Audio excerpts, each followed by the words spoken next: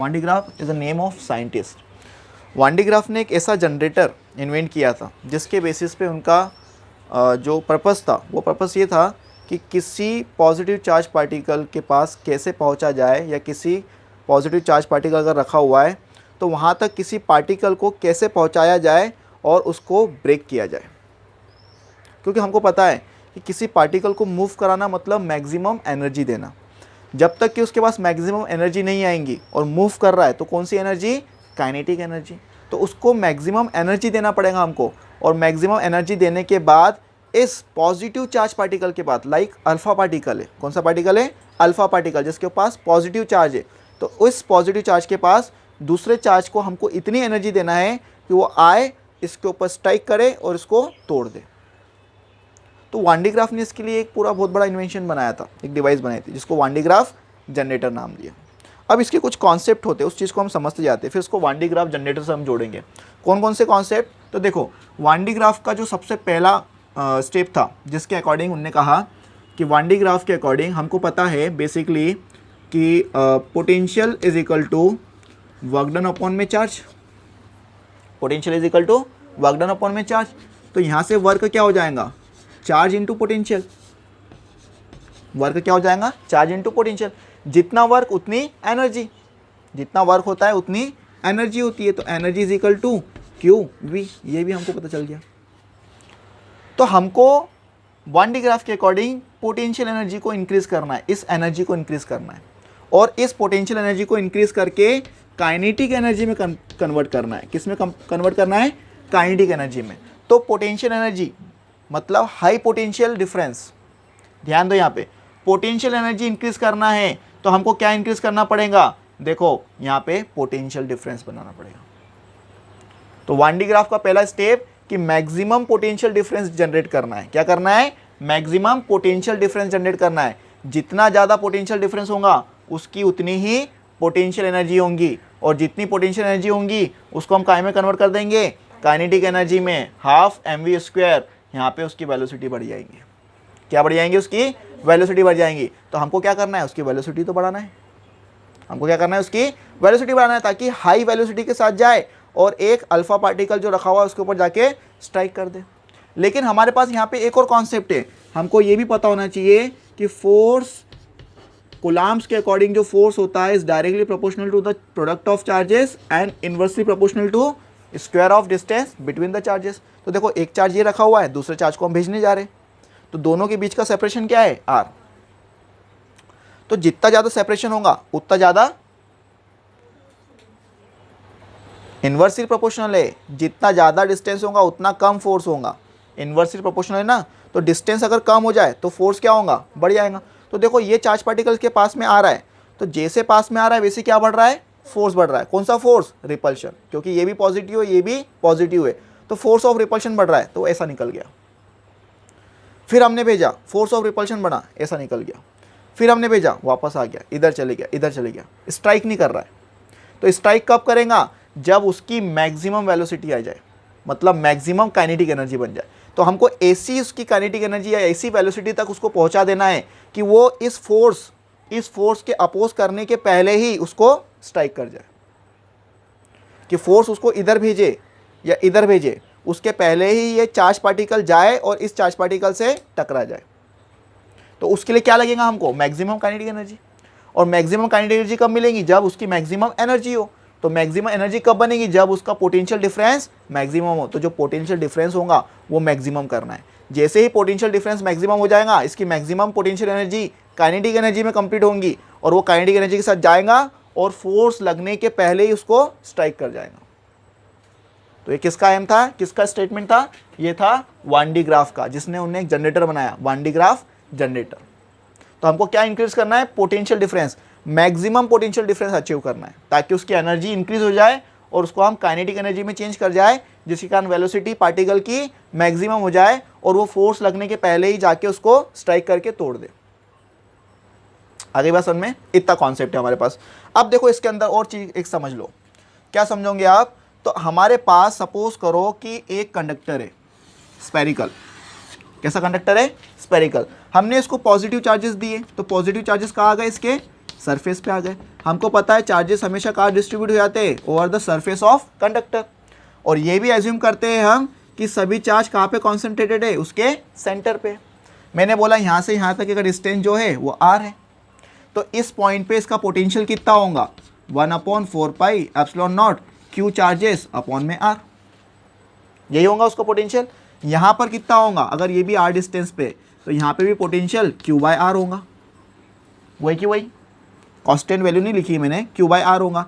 यहाँ पे कितना होगा, यहाँ पर भी वही होगा, यहाँ पे कितना होगा, यहाँ पे भी वही होगा। तो ये किस टाइप का सरफेस है, इक्वी पोटेंशियल सरफेस, जिसपे सभी पॉइंट पे पोटेंशियल सेम है, that is what equi potential surface है।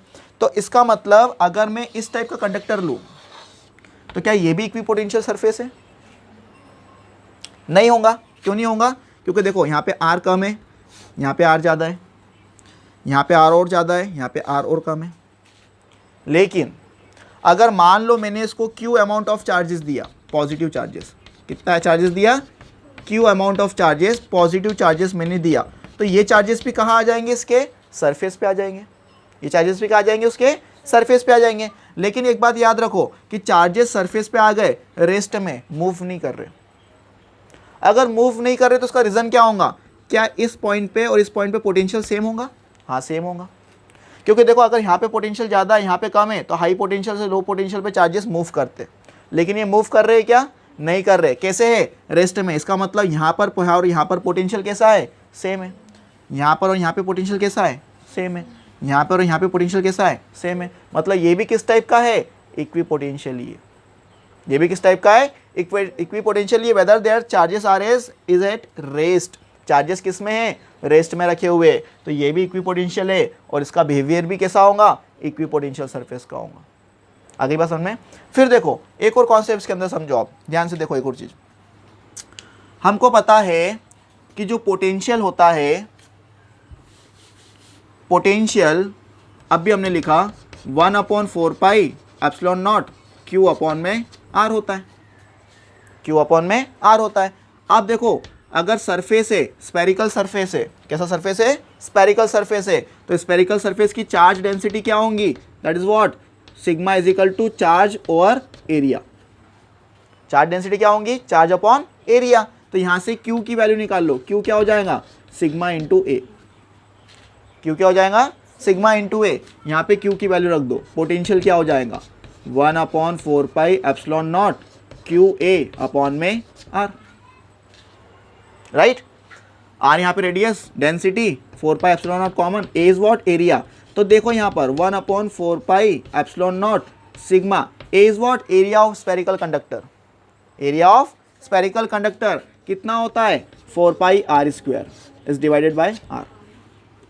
ये r से एक r कैंसल, 4 पाई से 4 pi cancel, v is equal to sigma r upon में एप्सिलॉन नॉट। एप्सिलॉन नॉट को इधर भेजो तो ये हो जाएगा v epsilon r is equal to sigma r। This value is constant, that is what constant, constant is equal to sigma r। या फिर मैं बोल रहा हूँ कि r को इधर भेज दो तो sigma r that is what constant के नीचे चल जाएगा, तो सिग्मा इज प्रोपोर्शनल टू, अगर कांस्टेंट है तो 1/r। क्या रिलेशन आ गया, sigma density, surface charge density is inversely proportional to radius. इसका मतलब ये हुआ, इसका मतलब क्या हुआ, इसका मतलब ये हुआ कि अगर आपके पास कुछ इस टाइप का कंडक्टर है, ये देखो ये और ये रेडियस, ध्यान देना। इसका मतलब ये हुआ कि सरफेस चार्ज डेंसिटी रेडियस के इन्वर्सली प्रोपोर्शनल होती है। मतलब जहाँ पे रेडियस कम होंगी वहाँ पे चार्ज डेंसिटी ज़्यादा होंगी। तो सपोज करो ऐसा इस शेप का मैंने कंडक्टर लिया, इसको plus Q amount of charges दिया। जैसे ही मैं इसको plus Q amount of charges दूंगा तो ये एरिया देखो कॉर्नर वाला, ये कॉर्नर एरिया कितना छोटा सा स्क्वायर बना रहा है, सर्कल बना रहा है छोटा सा, इसकी रेडियस क्या होंगी, छोटी सी r। तो r यहाँ पे कम है तो यहाँ पे डेंसिटी क्या होंगी, सबसे ज़्यादा, यहाँ पे चार्जेस सबसे ज़्यादा होंगे। जबकि इस एरिया में देखो, इस एरिया की रेडियस ये है r, तो यहाँ पे चार्जेस कम होंगे। इसका मतलब कॉर्नर्स पे चार्ज डेंसिटी ज़्यादा होती है कंडक्टर के edge compare to plane surface. इसका एग्जांपल आप जरूर देखते हो कि कभी कभी देखा आपने कूलर्स में करंट लगता है, वो भी कॉर्नर्स पे लगता है, प्लेट पे नहीं लगता है। क्यों नहीं लगता है? क्योंकि कॉर्नर्स पे चार्ज डेंसिटी ज़्यादा होती है और जहाँ पे चार्ज डेंसिटी ज़्यादा होंगी वहाँ पे रेडियस कम होती है, क्योंकि रेडियस कम होने के कारण वहाँ पे चार्ज डेंसिटी बढ़ जाती है। इसके लिए हमको करंट कहाँ पे लगता है? हमको करंट कॉर्नर्स पे लगता है। तो कूलर्स, फ्रिज हो गए, फ्रिज को भी देखो तुम प्लेन सरफेस पे हाथ लगाओ नहीं लगेगा, लेकिन कॉर्नर्स पे लगता है। क्यों? क्योंकि वहाँ पे डेंसिटी चार्ज की ज़्यादा होती है, बिकॉज ऑफ दिस रीज़न। आगे बात समझ में यहाँ तक क्लियर? चलो, तो ये हमको ये क्लियर हो गया कि डेंसिटी रेडियस के इन्वर्सली प्रोपोर्शनल होती है। ये कॉन्सेप्ट भी हमारा क्लियर हो गया, ठीक है। चलो इसको आगे बढ़ाते हैं। और अब देखो, एक क्लस्टर की हम बात समझते हैं, एक क्लस्टर समझते हैं, ठीक है। क्लस्टर बोल सकते हैं इसको, हम कॉम भी बोल सकते हैं। एक क्लस्टर समझेंगे हम, ठीक है। क्लस्टर क्या होता है? अब देखो, एक बिल्डिंग है बहुत ऊंची, अर्थ से कनेक्टेड है, बिल्डिंग खड़ी है अर्थ के ऊपर, ठीक है।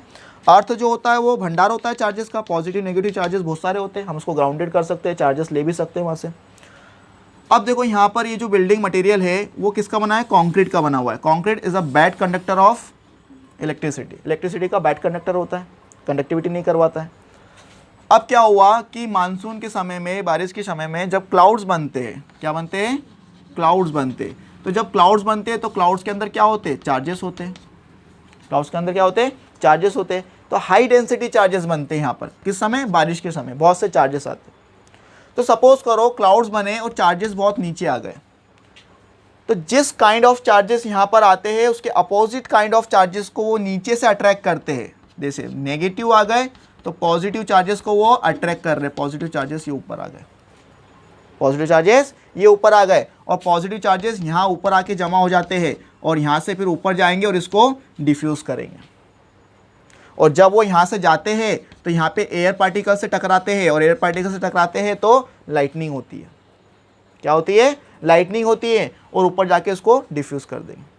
तो मान लो यहाँ पे बहुत ज़्यादा डेंसिटी बनी चार्जेस की, बहुत ज़्यादा डेंसिटी बनी नेगेटिव चार्जेस की, तो पॉजिटिव चार्जेस कहाँ से जाएंगे? नीचे से जाएंगे। किस में से होते हुए? कंक्रीट से होते हुए। Concrete is a bad conductor. तो जब वो कंक्रीट से जाएंगे तो यहाँ पे उसकी रेजिस्टेंस ज़्यादा होंगी, क्योंकि बैड कंडक्टर होता है, उनको रोकेगा, लेकिन फिर भी वो स्पीड से जाएंगे। तो क्या होगा? यहाँ पे मैक्सिमम फ्रिक्शन होगा, और जैसे मैक्सिमम फ्रिक्शन होगा तो इतने एरिया को वो रब करते हुए, जलाते हुए ऊपर निकल जाएंगे, और ऊपर जाके यहाँ पे उसको डिफ्यूज़ करेंगे, लाइटनिंग होंगी, और ऐसा लगता है जैसे बिजली गिरी।